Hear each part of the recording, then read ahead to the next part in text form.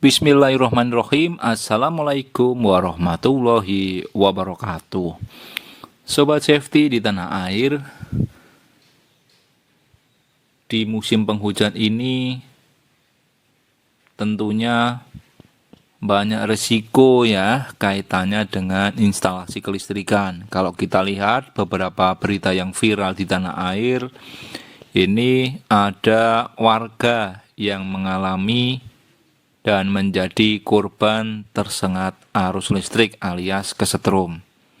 Nah, ini akan jadi fokus dari obsesi kita kali ini.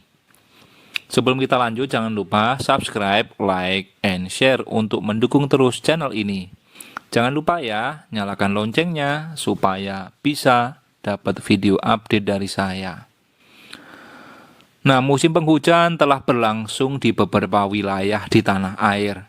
Tentunya tidak jarang ya dampaknya musim penghujan, beberapa daerah di tanah air mengalami banjir.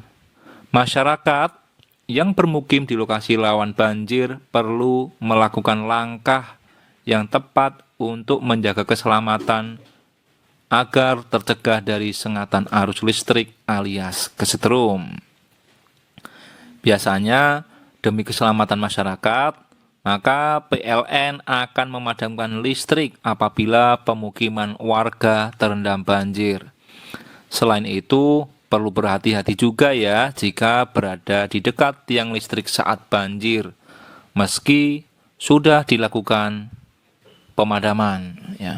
Dilansir ya dari Liputan 6 ya, salah satu petinggi PLN ya menyampaikan ada beberapa hal yang perlu diperhatikan saat menghadapi musim hujan berkaitan dengan kelistrikan. Berikut ini cara-cara mencegah tersengat arus listrik alias kesetrum yang diliput ya dari praktisi PLN.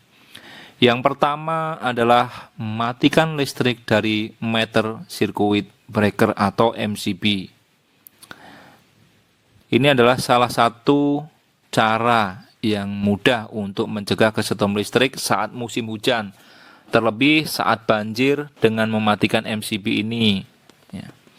Kemudian lepaskanlah seluruh peralatan listrik yang masih menancap dan naikkan alat elektronik atau alat-alat kelistrikan ke tempat yang lebih aman.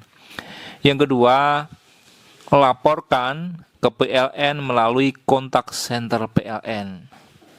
Nah, apabila terjadi banjir dan listrik belum dipadamkan oleh PLN, segera laporkan melalui kontak center PLN 123 atau hubungi kantor PLN terdekat.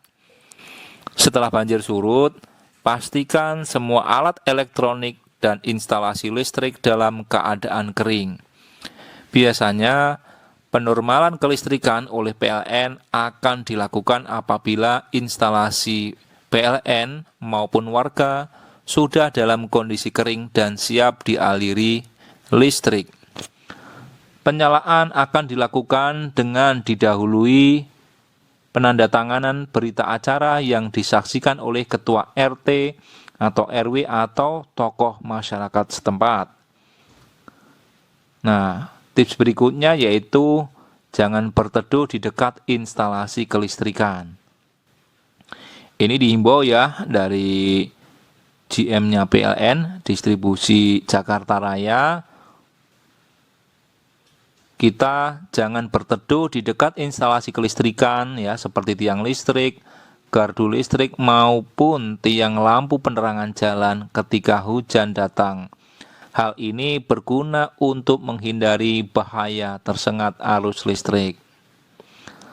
Nah, kita juga wajib memahami untuk penggunaan alat pengaman.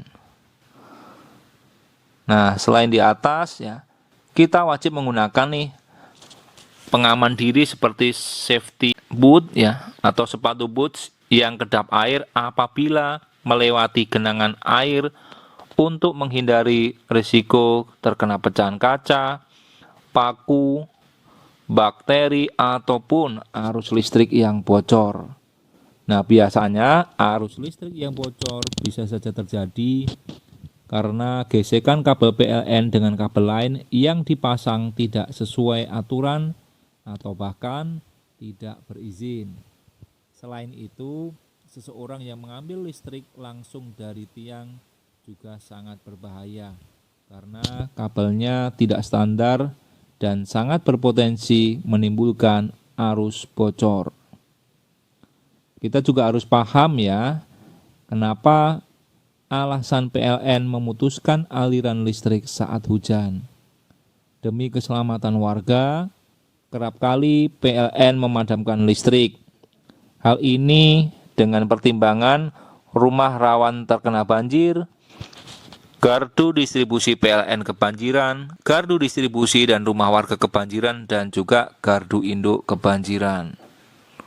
Nah, itu tadi beberapa tips singkat ya, bagaimana kita harus memahami bersama apa-apa saja yang harus kita tahu, harus kita komunikasikan dan kita antisipasi.